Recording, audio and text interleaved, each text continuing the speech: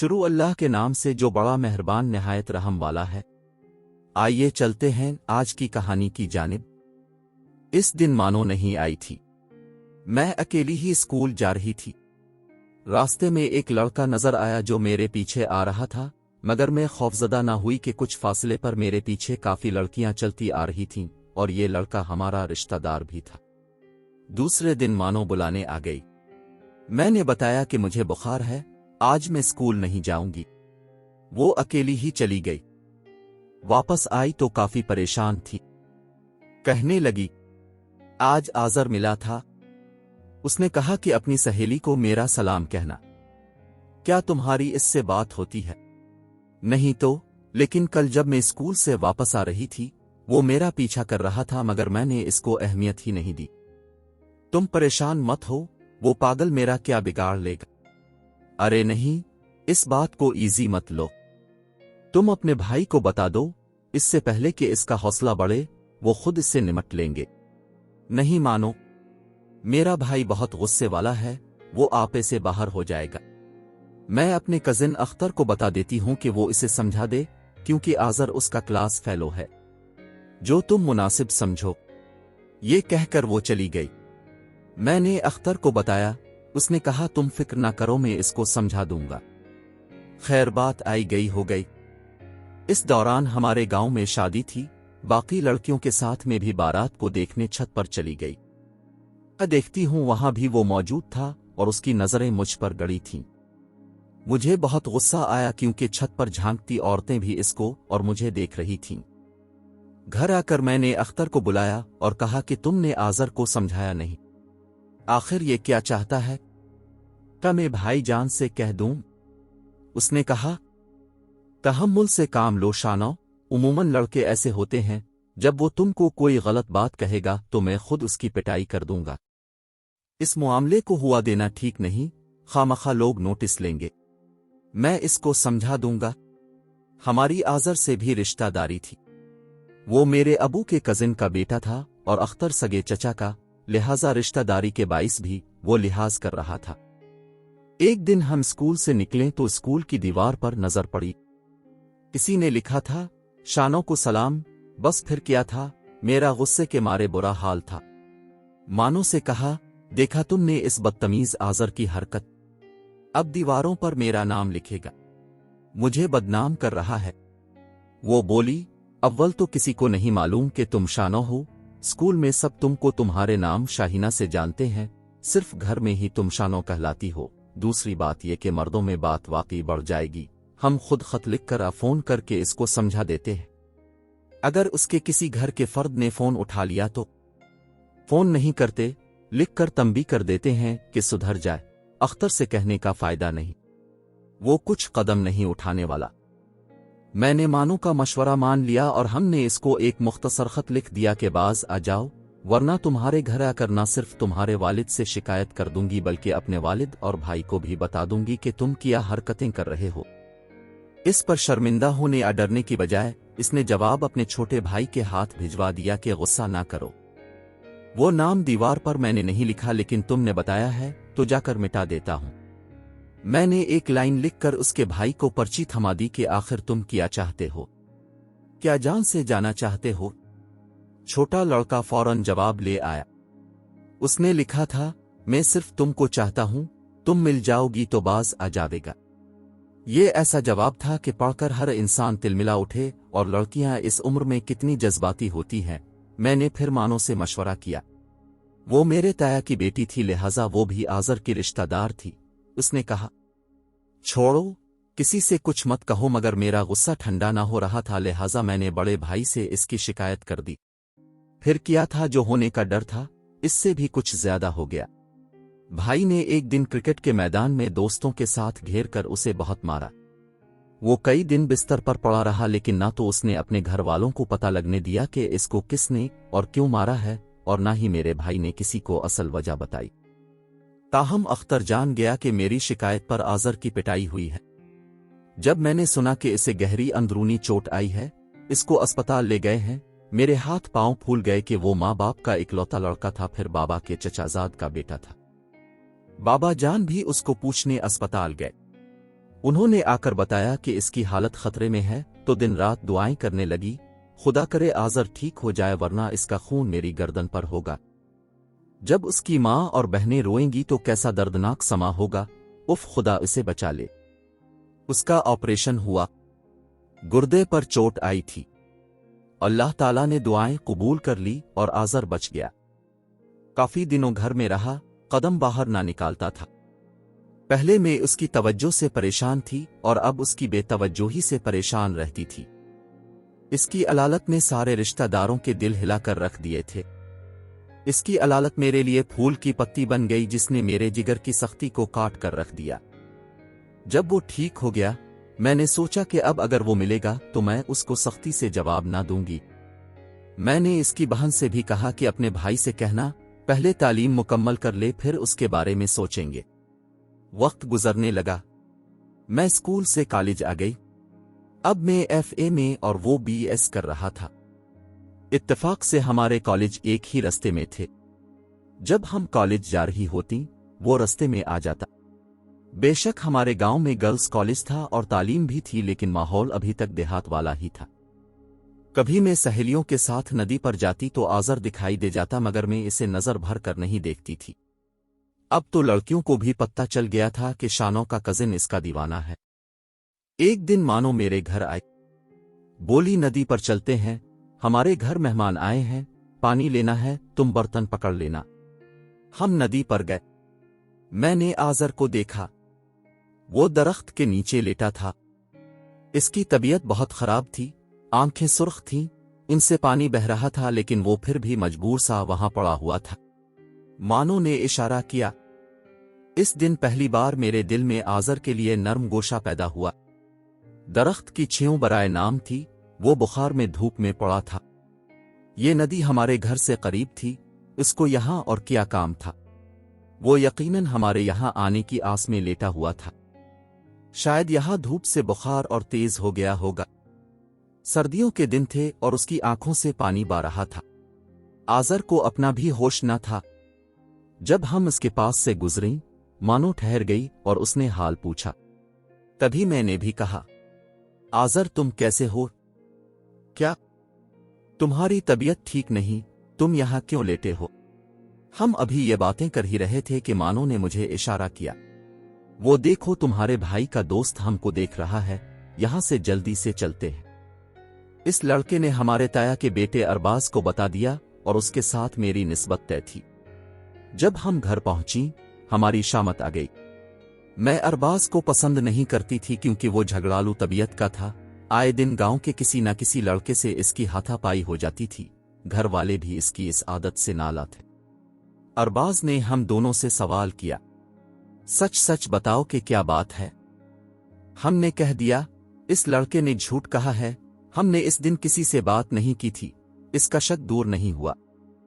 اس نے کہا کہ اگر آئندہ تم دونوں نے کسی لڑکے سے بات کی تو میں یا تو تم کو ختم کر دوں گا یا پھر اس کو مار دوں گا۔ ارباز کی اس دھمکی نے میرے دل میں آذر کے لیے جگہ بنا دی۔ انہی دنوں آذر کی اماں نے ہمارے یہاں آنا جانا شروع کر دیا۔ میں ان کی آمد کا مطلب سمجھ گئی۔ وہ میری اماں کے پاس اس وجہ سے آنا جانا کر رہی تھیں کہ آذر کے رشتے کے لیے بات کر سکیں۔ آذر کی عادت تھی کہ وہ اپنے دل کی ہر بات اپنے کزن عابد کو بتا دیا کرتا تھا۔ عابد ہمارا بھی کزن تھا مگر وہ پیٹ کا ہلکا تھا اور اس کی دوستی ارباز سے بھی تھی۔ یوں جو بات آذر عابد سے کہتا وہ ارباز تک پہنچ جاتی۔ جب اماں نے مجھ سے رائے مانگی میں نے ارباز کی بجائے آذر کے حق میں فیصلہ دیا۔ میری ماں نے میری مرضی بابا جان تک پہنچا دی۔ وہ دیندار آدمی تھے اور شادی کے سلسلے میں بیٹیوں سے رائے لینا ضروری سمجھتے تھے۔ انہوں نے اماں سے کہا، آذر بھی غیر نہیں، میرے تایازاد کا بیٹا ہے، میں بیٹی کی شادی کا فیصلہ اس کی مرضی سے کروں گا۔ انہوں نے اماں کو سمجھا دیا کہ ابھی بات اپنے تک رہے کیونکہ ارباز سگے بھائی کا بیٹا ہے، اس کو کسی بہانے سے انکار کریں گے ورنہ آپس میں دشمنی پڑ جانے کا خطرہ۔ ارباز کی عادتیں اچھی نہ تھیں تبھی ابو بھی اس کے حق میں نہ تھے۔ اماں نے آذر کی والدہ کو مطمئن کر کے بھیج دیا اور استدعا کی کہ ابھی یہ معاملہ راز میں رکھنا، کسی سے تذکرہ نہ کرنا۔ انہوں نے بیٹے کو بھی نہ بتایا، مبادا خوشی میں بات اس کے منہ سے نکل جائے اور بات بگڑ جائے۔ माँ ने आज़र को यही बताया कि लड़की वाले अभी सोच रहे हैं, कुछ दिनों बाद हाँ या ना में जवाब देंगे। आज़र की इस जवाब से तसल्ली न हुई। उसने अख्तर और आबिद को पकड़ा, लेकिन वो भी इस सिलसिले में उसके काम नहीं आ सके। मानो ने मुझको पैगाम भिजवाया कि हमारे घर आ जाना, तुमसे कोई बात करनी है। मैंने अम्मा जान से ताया के घर जाने की इजाजत ली। हमारे घर पास ही थे। मैं मानो के पास चली गई। वहां अरबाज मौजूद था। उसने ही दरअसल मुझको मानो से कहकर बुलवाया था। वो मुझे अपने कमरे में ले गया और कहा कि आबिद ने मुझे बताया है कि आज़र ने तुम्हारे लिए रिश्ता भेजा है और तुमने हाँ भी कर दी है, क्या ये सच है? मैं उसके तेवर देखकर सहम गई। यकीन दिलाया कि ये बात सही नहीं है। मैंने रू कर कस्में खाई तो इसको यकीन हो गया था। हम मेरे दिल में खौफ बैठ गया कि अब कुछ न कुछ होकर रहेगा, क्योंकि अरबाज को यकीन हो गया था कि शानो मेरे अलावा किसी की नहीं हो सकती। लेकिन वो मेरे दिल की बात न जान सका कि मैं फैसला आज़र के हक में दे चुकी हूं। मैंने किसी तरह आज़र से राब्ता किया, इसको समझाया वो अपनी कोई बात आबिद से न कहे और ना इसे अपना दोस्त समझे, बल्कि वो हमारा दुश्मन है। तुम्हारी हर बात अरबाज तक पहुंचा देता है, इसको अपना कोई राज ना दो और उसके साथ ना रहा करो। आज़र फिर भी उसके साथ रहता था। मैंने एक बार फिर इसको समझाया कि आइंदा आबिद से ना मिलना और न कोई बात इसको बताना। अगर तुमने अहद तोड़ा तो ये मेरे और तुम्हारे रिश्ते का आखिरी दिन होगा। उसने कसम खाकर कहा कि वो मेरी बात पर अमल करेगा और उससे ना मिलेगा और ना इसे कोई बात बताएगा। मैं जानती थी कि आबिद अरबाज से मिला हुआ है और वो हमारा दुश्मन है। अब आज़र बार बार पैगाम भेजता कि मुझसे मिलो, चंद जरूरी बातें करना है। मैं ना मिली, मगर उसके पैगामात सुन सुनकर थक गई। आखिर मैंने इससे मिलने का फैसला कर लिया। मैंने इसे कहलवाया कि खेत में फलां जगह मिल सकती हूं। उसने इस बात का तज़किरा आबिद से कर दिया कि शानो फलां जगह मुझसे मिलने आएगी, तुम जरा ख्याल रखना। शायद इसे मेरी बात का यकीन नहीं था, लेकिन आबिद पर ज्यादा एतबार था। अभी मैं आज़र के पास पहुंची ही थी, जहां खेत में वो मेरा इंतजार कर रहा था कि हमको दूर से चंद रोशनियां दिखाई दी। वो हाथों में बैटरियां लिए मुसलसल करीब आ रहे थे। जब वो करीब आए मुझे अरबाज की आवाज सुनाई दी। मैं तो मारे डर के सर पर पांव रखकर भागी। वो देख रहे थे कि कोई तो है जो भाग कर गया है, मगर मेरी सूरत न देख सकते थे। आज़र दूसरी जानिब भागा। उन्होंने मेरा पीछा नहीं किया, मगर उसका पीछा किया।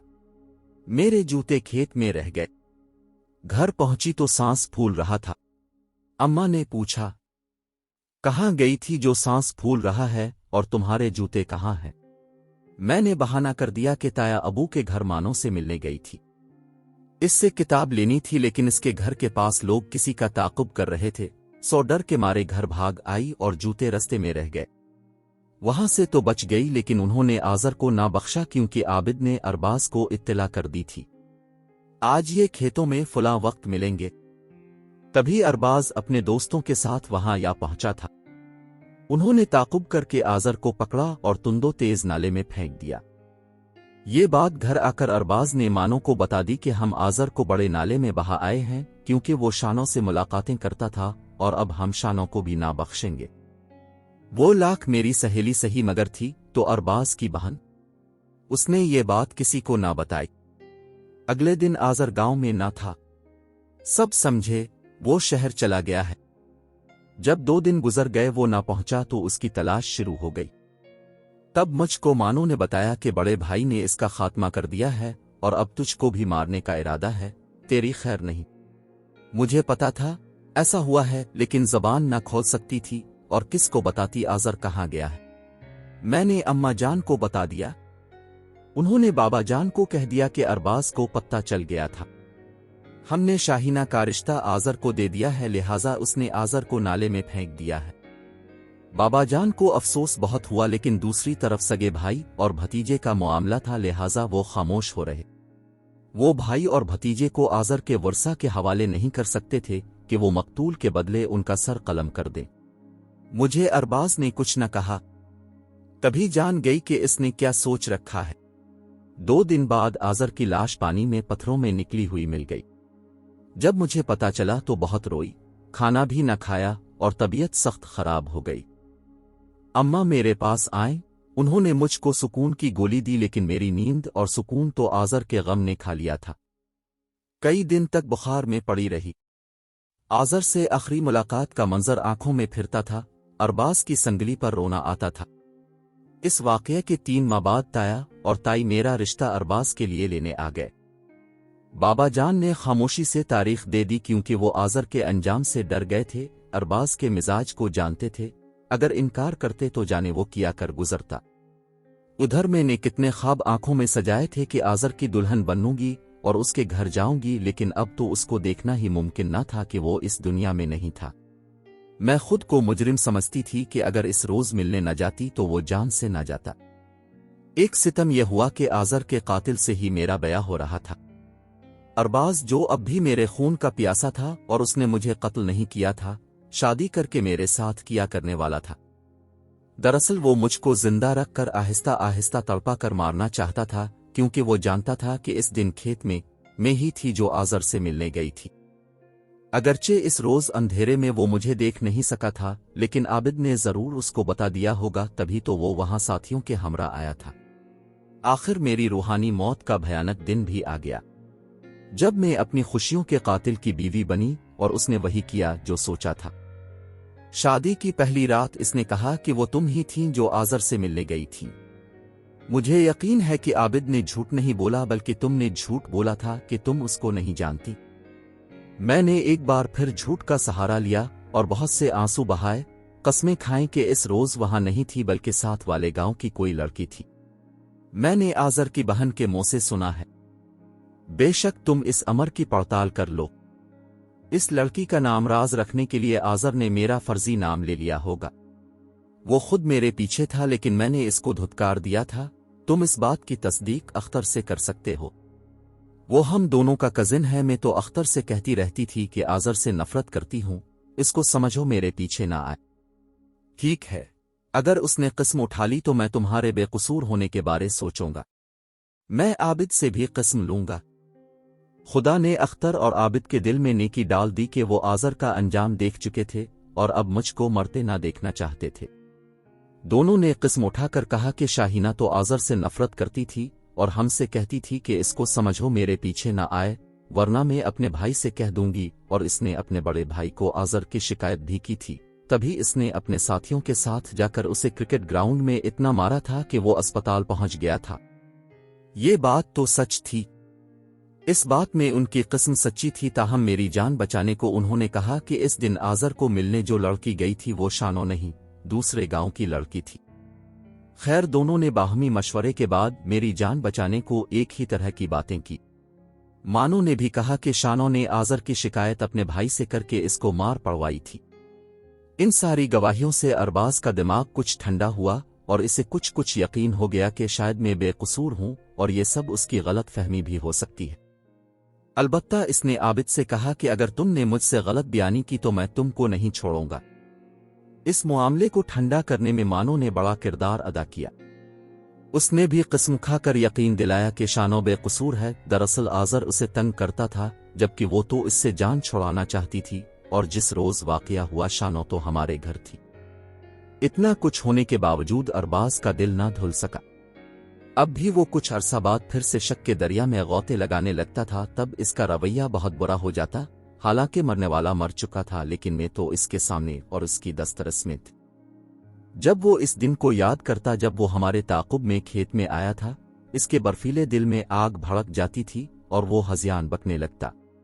मेरी सियाह जिंदगी के रोज़ वो शब भी तमाम हो गए कि जब स्मगलिंग का माल ले जाते हुए एक रोज़ अरबाज पकड़ा गया। गोलियों का तबादला हुआ और वो कानून के मुहाफिजों के हाथों अपने अंजाम को पहुंच गया। बेशक वो इस दुनिया में मेरा सरताज था, मगर इस ताज के गिर जाने से मेरा सांस बहाल हो गया। मेरी घटी हुई सांसें फिर से खुलकर आने लगी और मैंने जाना कि मैं जिंदा हूं, अभी तक मर नहीं गई थी। औरतें अपने शोहरों के फौत हो जाने पर रोती हैं, बैन करती हैं, मगर मैं अपने सुहाग के उजड़ने पर बिल्कुल खामोश थी। मुझे रोना नहीं आ रहा था, बल्कि अपने दोबारा से जिंदा होने का एहसास हुआ था। आज मैं बेहिस औरत हूं, जिसको ना गम का एहसास होता है ना खुशी का, क्योंकि इतने बरस मौत के खौफ में जीने से मेरे ये दोनों एहसास मर गए हैं। ناظرین ایسی ویڈیوز دیکھنے کے لیے ہمارے چینل کو سبسکرائب کریں۔ مجھے دیجیے اجازت۔ خدا حافظ۔